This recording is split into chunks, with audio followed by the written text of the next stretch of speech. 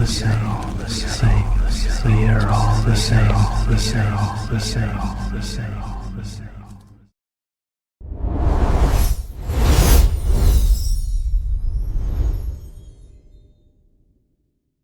After hours of arduous lectures and Miss Fawn's jabs on men, the clock strikes 11:30 a.m., and the much-anticipated recess bell finally rings. Students spill into the schoolyard, an expanse as vast as the sky, yet barren of playthings. No hoops, no bouncing balls, not even any simple chalk outlines. Nothing but a spattering of gravel and a scattering of pebbles beneath the hesitant sun. But energized by the sweet taste of freedom, the boys rally together for a game of cops and robbers. Laughter fills the air as the make-believe cops sprint after their fugitive friends, while groups of girls cluster together like gossiping birds, their giggles bubbling up the atmosphere. The lone white boy and fat boy, however, scour past them all. Lenny keeps his head up, looking behind to see if his companion is safely behind him. Beck, meanwhile, keeps his head down, avoiding people's unsettling eyes, and following his friend's feet to the gated fence.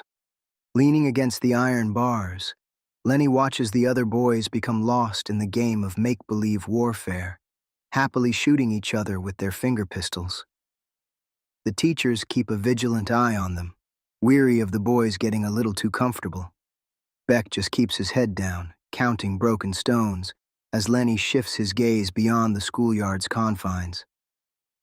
Like an animal ensnared in its cage, Lenny grips the metal bars and looks through the gate's narrow spaces, eyeing vibrant leaves soaring with the wind. Above, a roaring helicopter freely scales the edges of the gray sky, rising higher and higher until it vanishes into the clouds out of Lenny's reach. As Lenny stares aimlessly into the mocking sky, the sounds of fallen leaves rustle through Beck's ears. He sees a little squirrel joyfully running through the colorful carpet of autumn's remnants. His mood lightening, Beck relaxes his side against the gate. Yet, among this moment of tranquility, something devious prowls the school's periphery. A sleek black Chrysler van drives down the street like a shadowy predator on the hunt. In a slow, deliberate pace, it eyes the school full of unexpecting children, fresh for the picking. The Chrysler inches into Lenny and Beck's line of sight, apprehension settling heavy in the air. Beck subconsciously takes a step behind the shorter Lenny, who lifts his small chest up. Both boys eye the van's tinted windows, catching glimpses of the hidden, shadowy figures within, until the Chrysler finally disappears down the road. The sense of unease still burrowed into their minds. The boys' shared silence feels like it's been stretched like Ms. Fawn's dress. Determined not to show any fear, Lenny suddenly kicks the gate, spooking Beck, who jumps up from his troubled thoughts, but sees Lenny's intention. "Damn, I wish I had my own car," Lenny blurts out. "I'd use it to get away from this shitty school." Beck unknowingly nods his head before responding. "My brother says it's important to learn all that we can here." "What does he know?" Lenny scoffs. "It's not like he'd be stuck in this place listening to boring-ass teachers talking about nothing all day but sitting still and sucking up to them."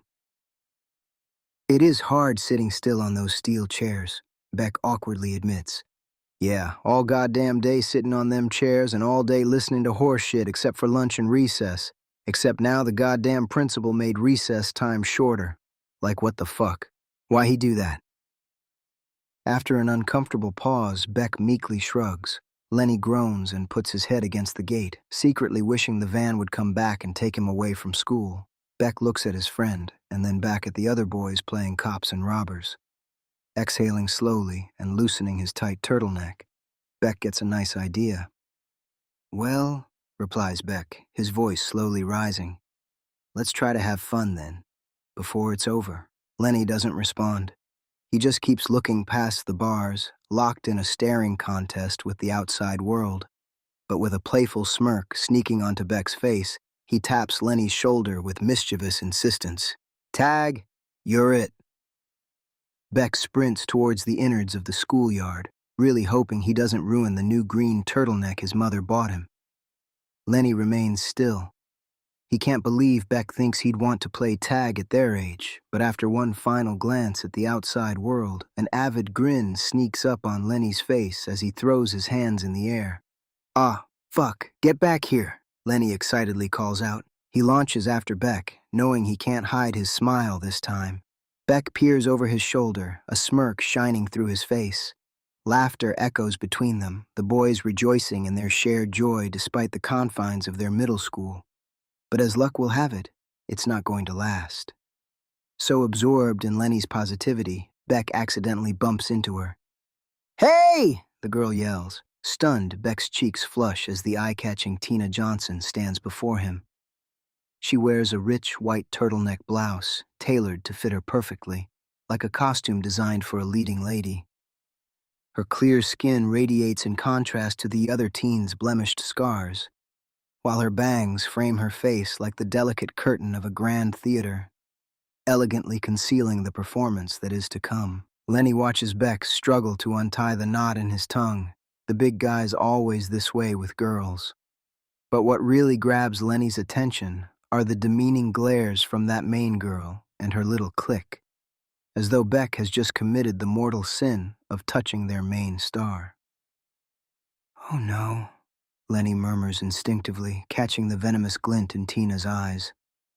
"Oh no," Beck thinks, feeling the weight of Tina and her gang's judgment. The fat boy stammers, his scared words tangling in his throat. Ina, I'm sorry. I didn't mean to." Before his best friend can step in, Tina swiftly, without so much as a hint of hesitation, punches Beck in the chest. Her friends laugh cruelly as he wheezes. Beck shields his face, expertly concealing his tears. Except there are no tears. He's hiding the anger burning behind his eyes. "Hey!" shouts a voice from afar. All eyes pivot, right to the angry white boy storming towards them, rage spilling from him like a wildfire barely held back.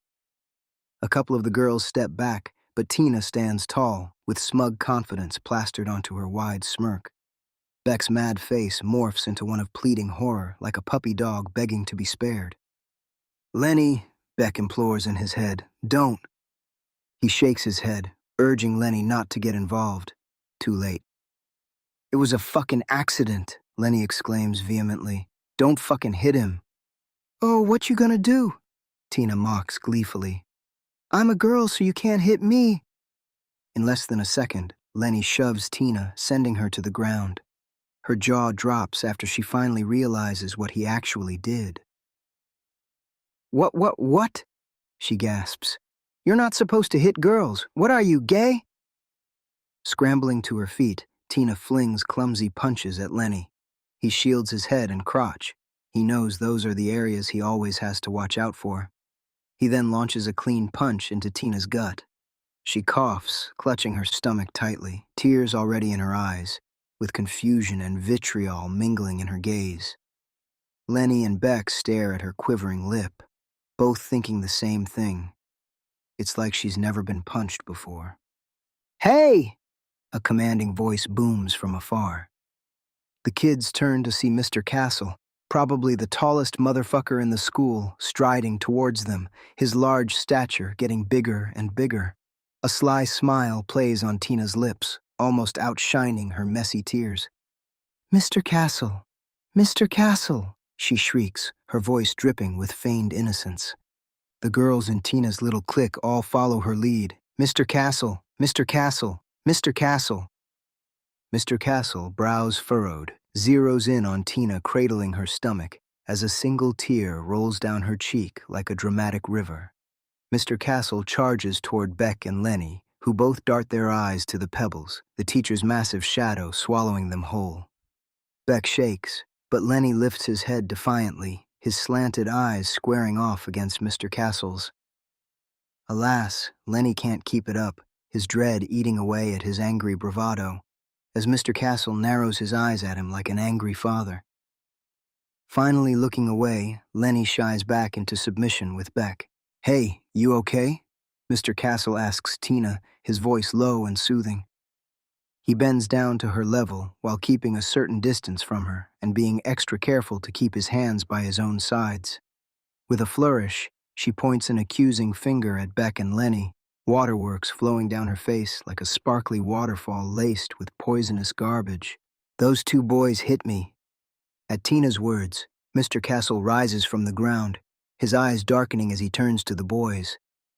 Beck feels himself wilting, while Lenny steels himself, once again showing Mr. Castle his determined, slanted eyes. Lenny can't back down again. He won't back down again. He will never back down again, he always tells himself. "You two come with me," Mr. Castle demands, gripping their arms tightly. As Castle drags them away, Beck notices other students' curious faces and mocking oohs. Lenny shoots daggers from his icy blue eyes. He ain't letting them other kids have the last laugh. But even with his determined fury, concern flickers in his eyes as he looks at his friend. Beck sinks deeper into himself, noticing how each pair of eyes flits like a moth drawn to a pitiful, chubby flame. Lenny, teeth gritted, shoots a look of contempt at the bitch responsible for their shitty situation. Wiping her crocodile tears, Tina's friends fawn over her, like bees clustering around their queen. Noticing Lenny's cold glare, Tina taunts him with a stick-out tongue and a wave of her fingers, knowing she's beat him. Lenny shoots her a look of desperate disdain, unable to do anything else, but gesture the longest middle finger he possibly can. But on the bright side, Lenny's come up with a nickname for good old Mr. Castle, king of the retards. We were born with a fire, but the world don't care.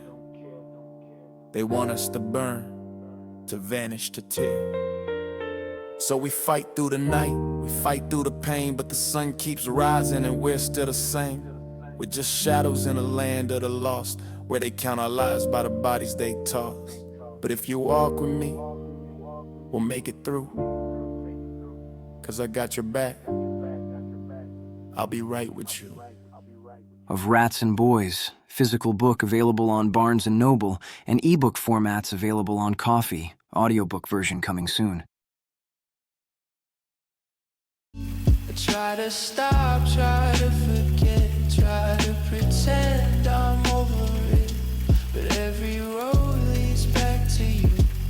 Every lie I tell falls through. I fucking miss you late at night, still see you in the quiet light. No matter what I try to do, I'll always be in love with you. No matter what.